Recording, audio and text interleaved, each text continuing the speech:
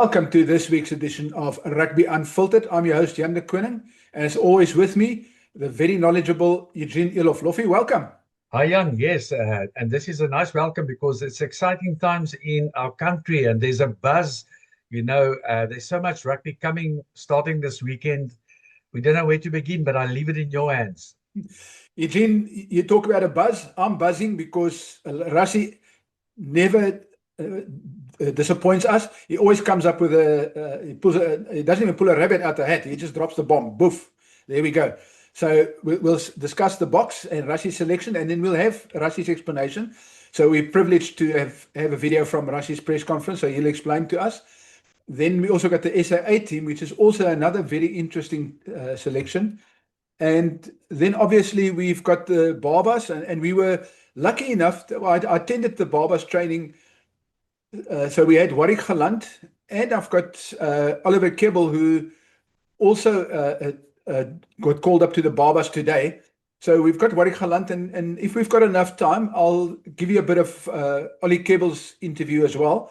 But nice exclusive. And then we finish off, Eugene, with the URC final on Friday night, where we've got Victor Matfield and Isan Asiwa, who's doing their predictions. So, yeah, I mean, but I want to ask you, before we get to the fly-off selection, which is the big bombshell, what is your overall impression of Rassie's starting 15 for Saturday? Jan, before we start, if I may, I just want to wish our captain, Siya Kolisi, happy birthday today. You know, I bumped into him on Saturday at the capping of the baby box, and he was the same person he was when he was in the green and gold squad as an under 16 boy. And it was actually so nice to see him, and he's really such a ambassador for our younger players of our country. So, Sia, happy birthday, young man. I see he's grey already, but coming to the team, you know, that's one thing about Rassie Erasmus, and that's why he's one of the most innovative, intelligent rugby coaches out there. And you know, what I like about him, he's not afraid to take chances. He's not afraid to maybe take a risk in a game like this. He's got a plan. He's working towards next year's World Cup. And what better platform to give a lot of young players the opportunity and to mix and match and look at combinations. So, yeah, I love the fact that we are different. And it shows because, you know, when our opposition think that's the way we're going to play next year, they're going to have a surprise. And it's just shown again today by the way he selected this team.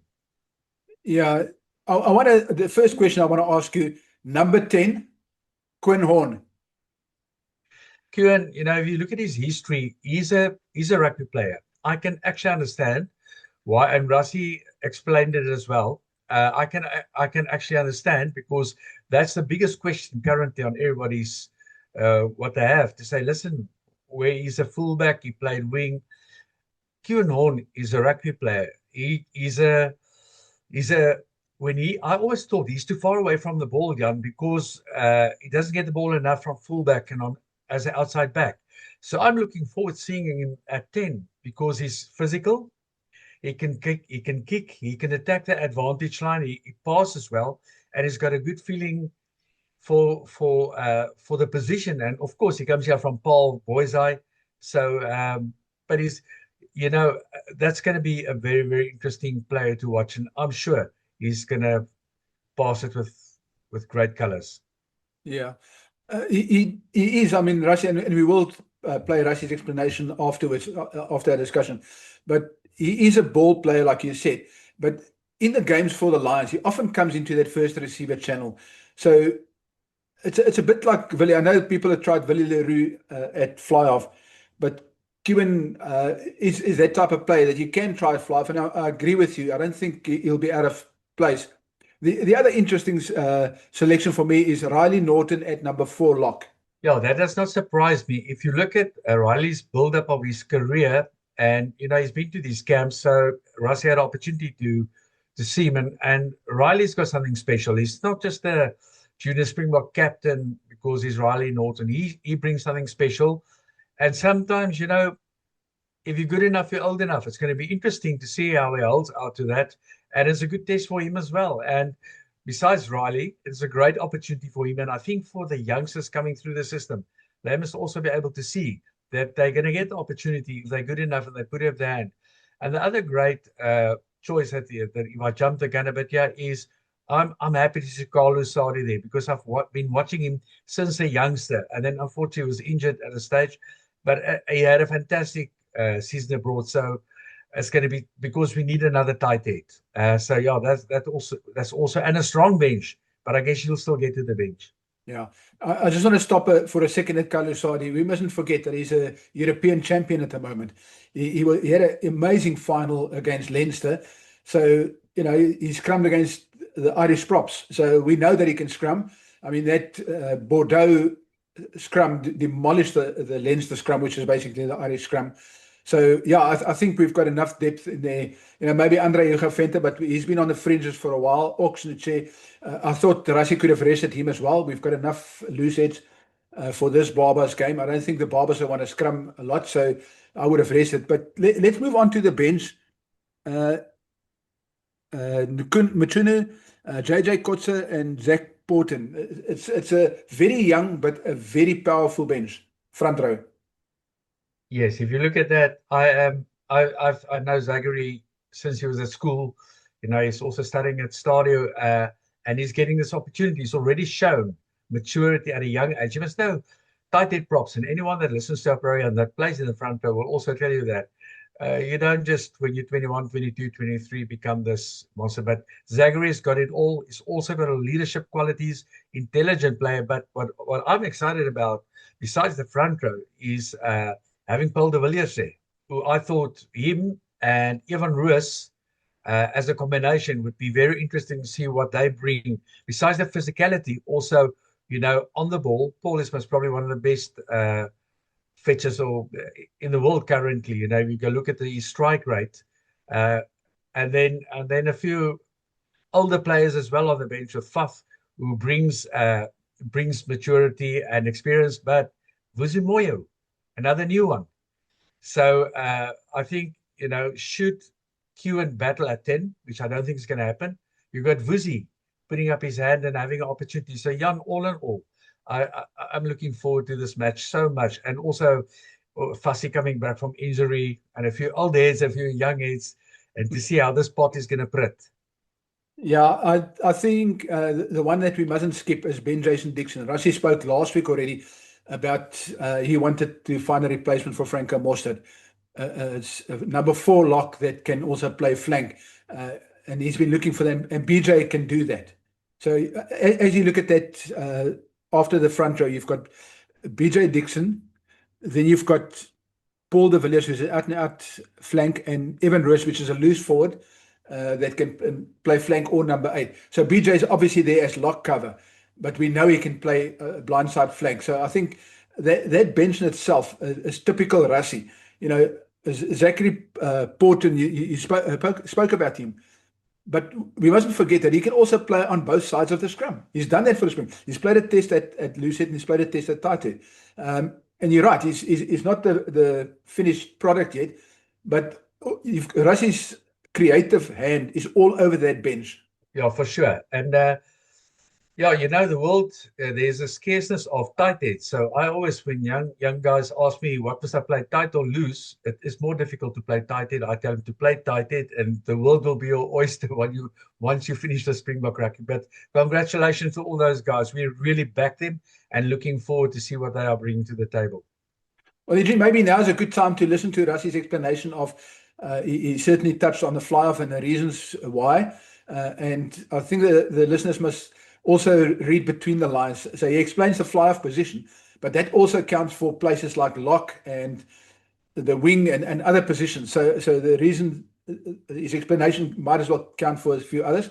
So let's listen to Rassie's explanation, and then we'll chat further.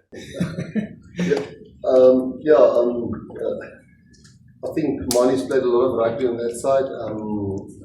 You know, we must see as Andre get through the game this weekend without an injury.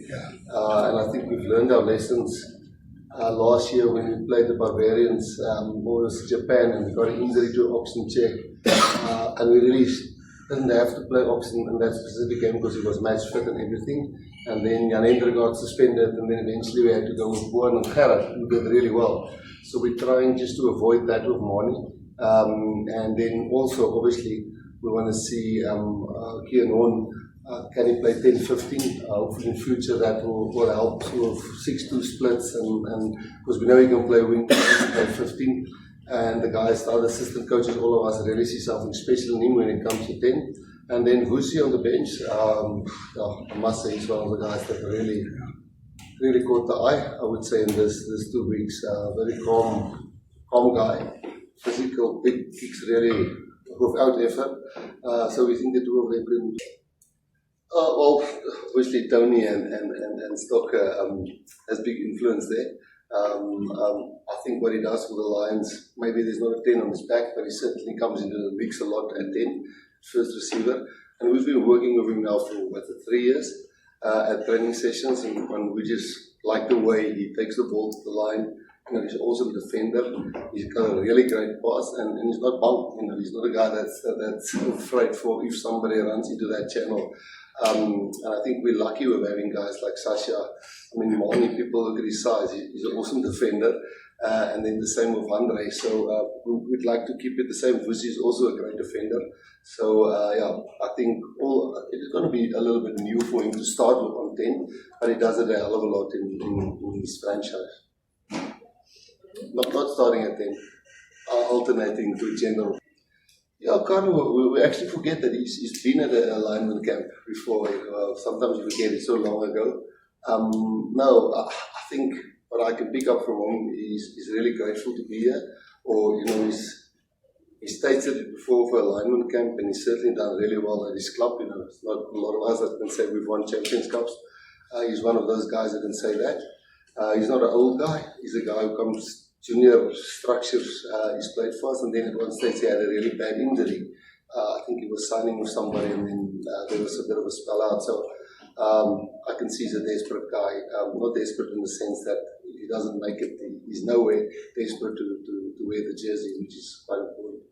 And then, of course, we go to the SAA, and Coach Stocker, as they call him, he explained most of the decisions and picking players in positions. And Jan, again, if you look at this team, a bunch of the youngsters are getting opportunity, and this for them is the first step into big rugby. Yeah, a lot of people say they're playing Zimbabwe, but Zimbabwe is going to the World Cup, and this is part of their preparation.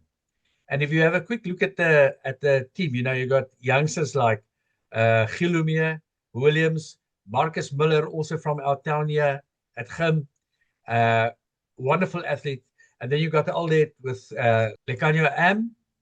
And then my all-time favorite, I think the next big 9 and 10 in the country is going to be Asim Pete and Yachin Ahmed. I love it. I can't wait to see them play. And then some guys that really deserve a position like Pepsi, Tsutsuka, both of them, the brothers. And of course, a pillar of Western Province, Ruben van Heerden, getting his opportunity. We discussed him last week. And then the normal guys are there. And I don't know if you maybe want to talk about the bench. Yeah, Lofi, before we go to the bench, you spoke earlier about Sia going a bit grey. I'll tell you one thing. Lekanyo Am is definitely the Opa of that team. And so is Neethling Forshare. So in a team where some of the guys are still under 20, these two guys are in their 30s. So there's a couple. I think Bone Venter is quite close to that as well. And Ruben is a youngster. Aduka is, again, Vincent Tsutsuka at number 4. So that, to me, that's another Rassie written all over. A flank that can play 4-lock. So Rassie is clearly using this game. You know, people might say, oh, no, he's resting his, as he explained, he's resting his players for the Nations Champions Cup. So players of the front, apart from the Bulls that are not available this week, he's resting some other players. But if you look deeper in it, that's why I said to the guys, I must listen and read between the lines. So you look at the team, Vincent Tsutsuka, it's a flank that can play lock, number 4 lock. And that's what Rassie is looking for. So we should never underestimate the genius of Rassie's selections. He tries things at the right time. And so far, nothing, you know, we're still number 1. I said to somebody else today, we're still number 1. He can try what he likes. We're still number 1 in the world. We're double world champions. Until we start losing, Rassie can do what he likes because whatever he's doing he's getting it right and he's keeping us at number one. So for me, that there's the Rassie's hand and his creative and ingenious hand is all over this team. So I think Liam van Wyk and Oliver Reed, Hanro Jacobs, and Adrey Smit gets a run at the on the bench. So Sibaya Mahashe is also getting a run, and I think that for me is one of the exciting. I mean, there's a lot of exciting players in this team, but I think I would love to see him. He's a guy that we might see in a Springbok team not too far down the line. And then obviously Nico Steyn says, if you look at that again, this is where we got to understand Rassie's hand. So we got two scrum halves on the bench, and people say, why you got two scrum halves on the bench? Nico Steyn often plays fly off for the Lions.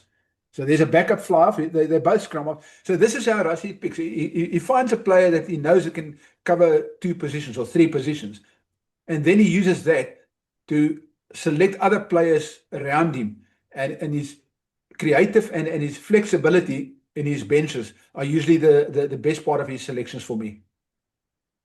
Okay, yes, of course. And Imad Khan can also play wing. He's quick enough. So that's how the scrum off. And then it's going to be interesting to see Jorenzo Julius, what he brings to the table. He had a very good season for the Sharks. So, yeah, I think we're in for action this weekend.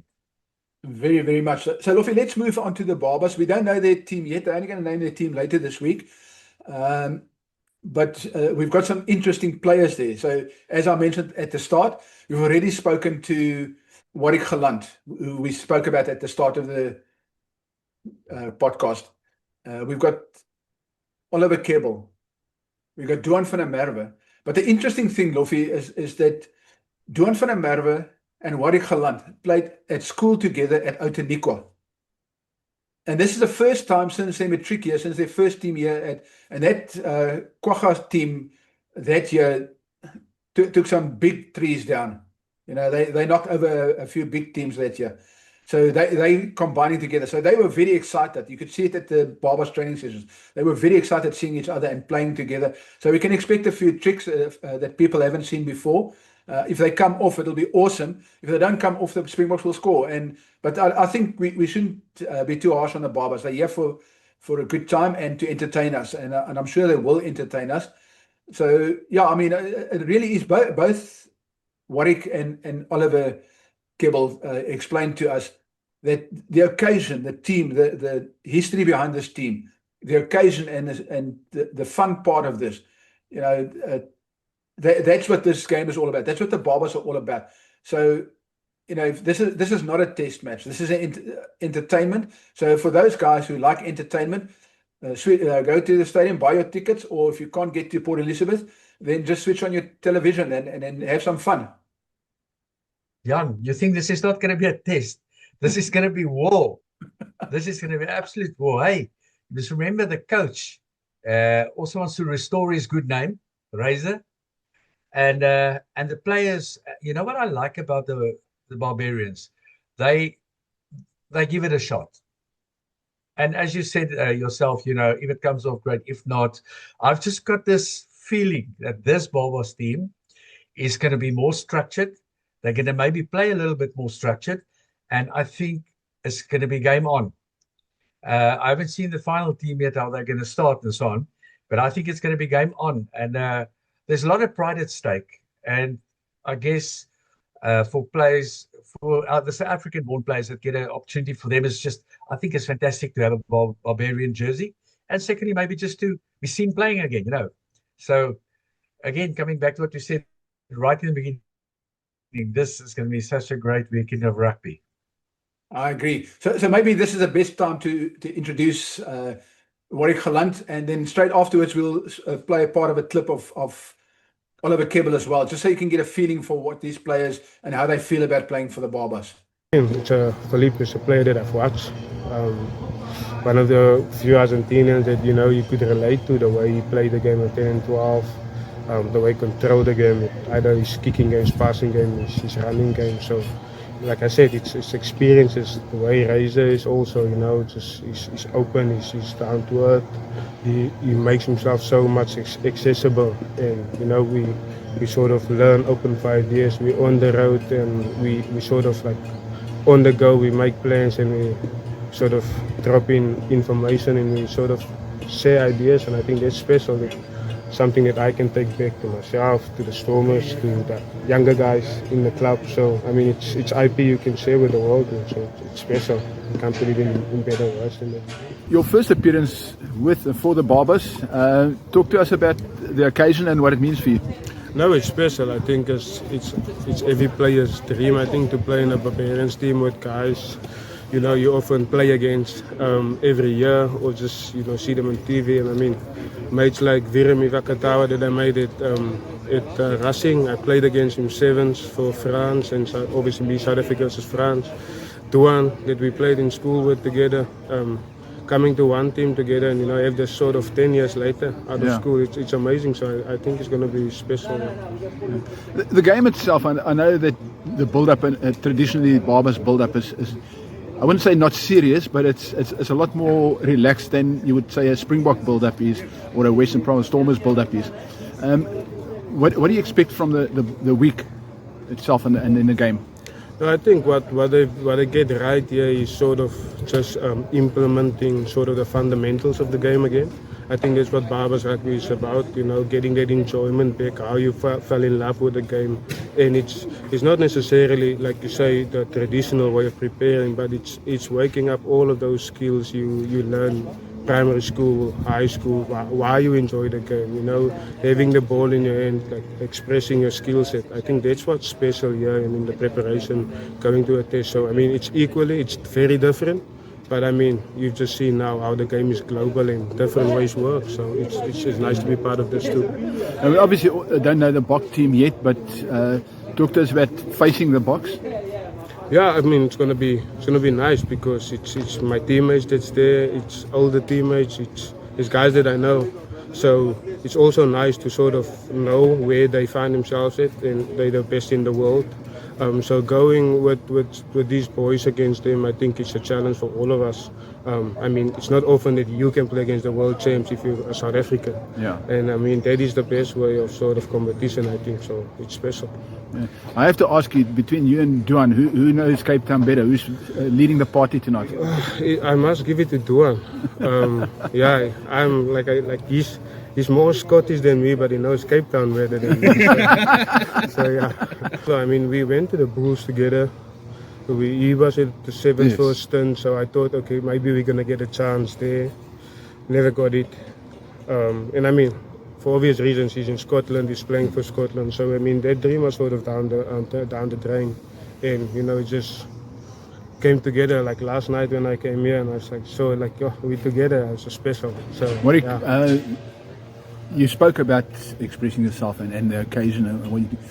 Being in this game, do you feel this is the right environment for you to really enjoy yourself naturally, where you're not restricted by a certain type of game? I mean, like I said, the game will require always three things. It's running, kicking, passing. It's just what do you want to do in a given moment, and then do you have enough responsibility with the decision you're going to make at the end of the day. So I think it's a great place to sort of, you know, look for space, see space, and go to it with whatever necessary means. Parts, like you need to be fit at the right time. There's international selection, club selection that you got to get around.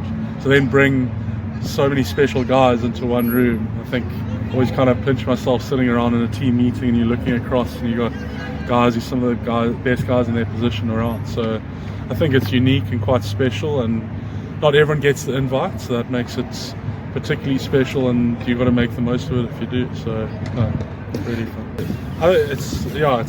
It's very unique because you know there's no pressure on selection or you're worrying about getting a new contract or whatever it is. It's a one-off game.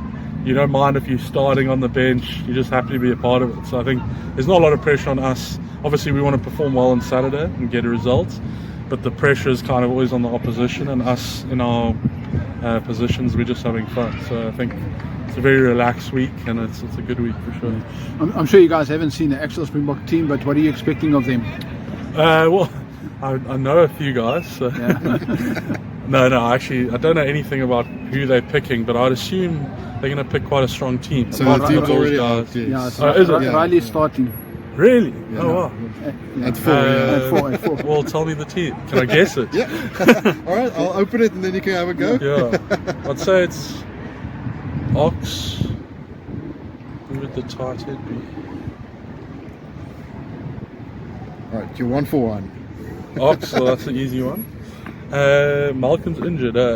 Yes. Is JJ there? He's on the bench. Okay, just on the bench. Yeah. Fenas playing? Andre Ego started, yeah. Is he started? Yeah. Okay, cool.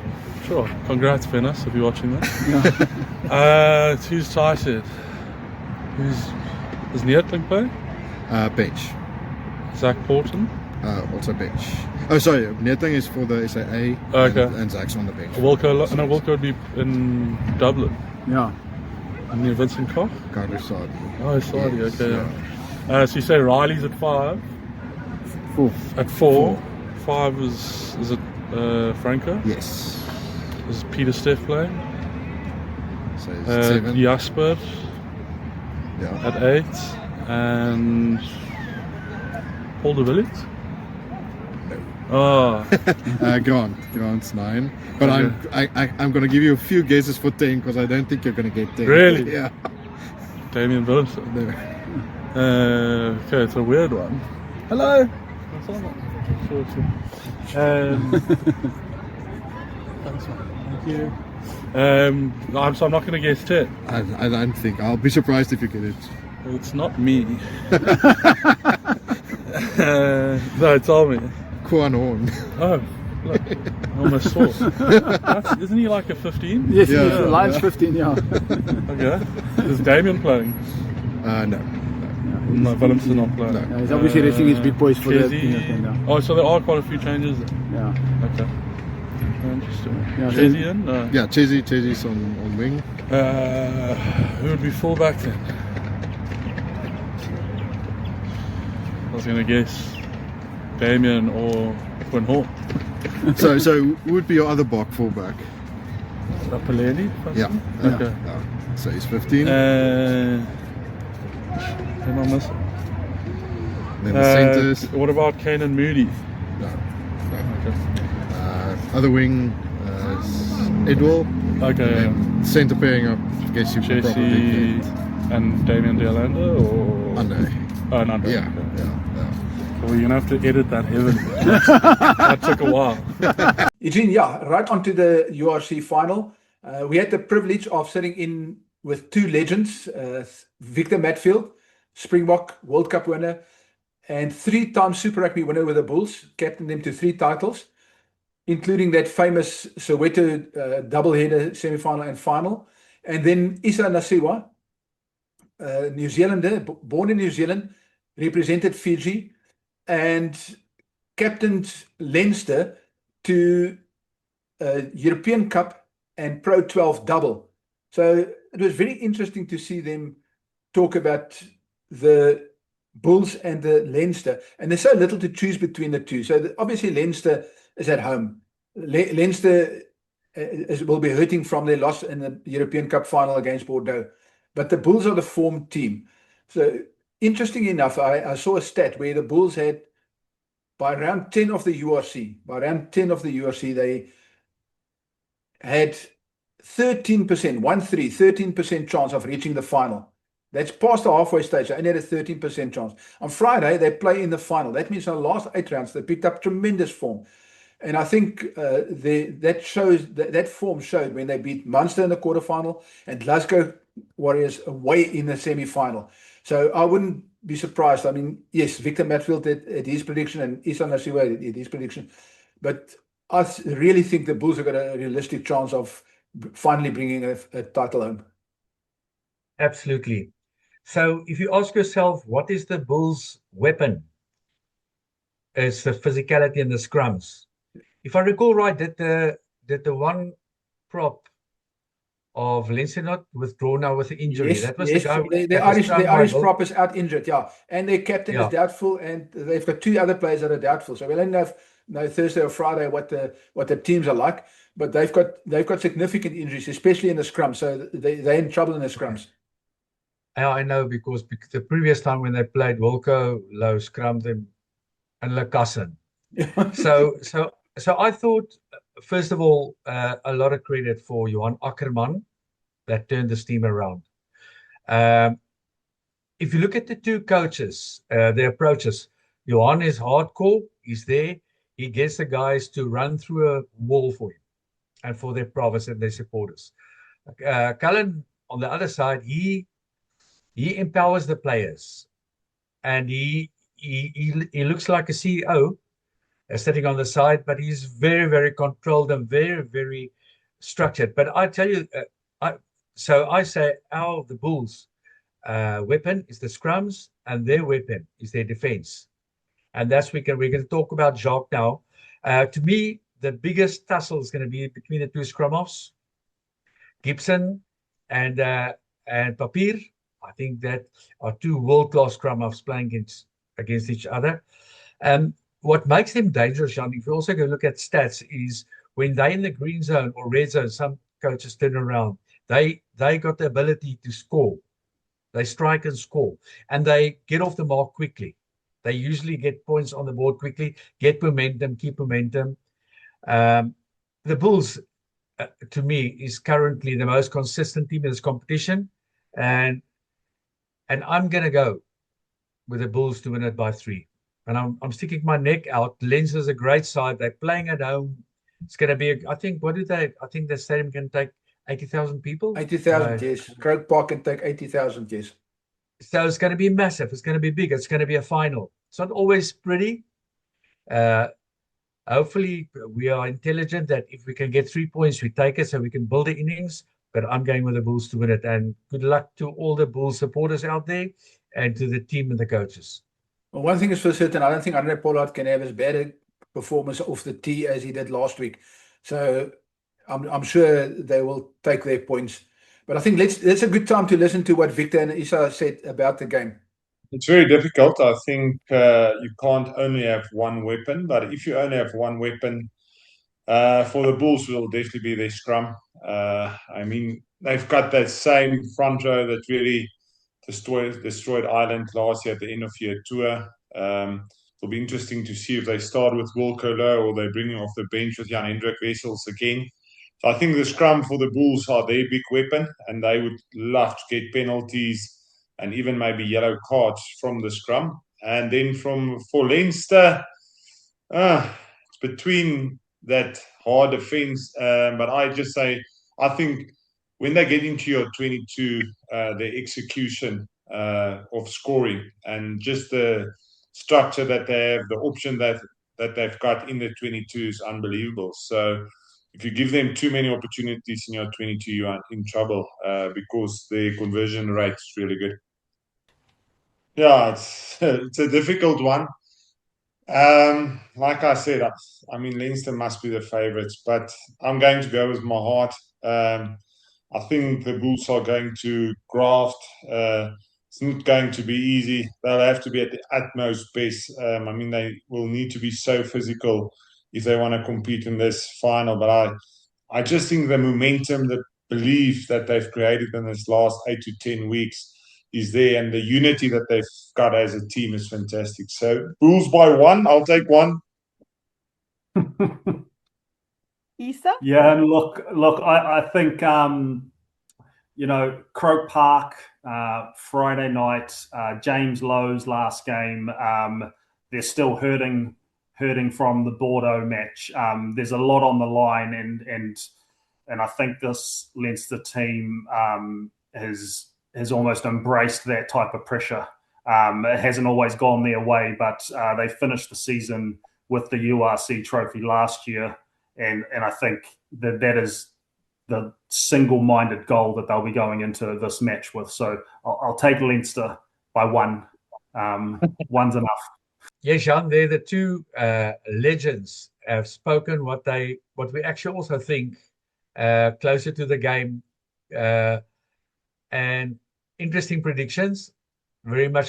Victor's a loyal guy. Said he's speaking from his heart. So yes, I back him and I back the team. So let's hope the weather plays out, that it's going to be a great game. I think the referee that was appointed was the Italian, if I recall right. Yardi, yeah. Yeah, so let's hope he lets the game flow, and we have a good game of rugby this weekend. So thanks. Eugene, yeah, I think that's a good note to finish off on. Thank you for your insights again and your knowledgeable insights. So yes, from me, Jan de Koning, till next week, have a wonderful, blessed and enjoyable weekend of rugby. Cheers. En Cheers. op die blou. Ek sien jy draai jou klere.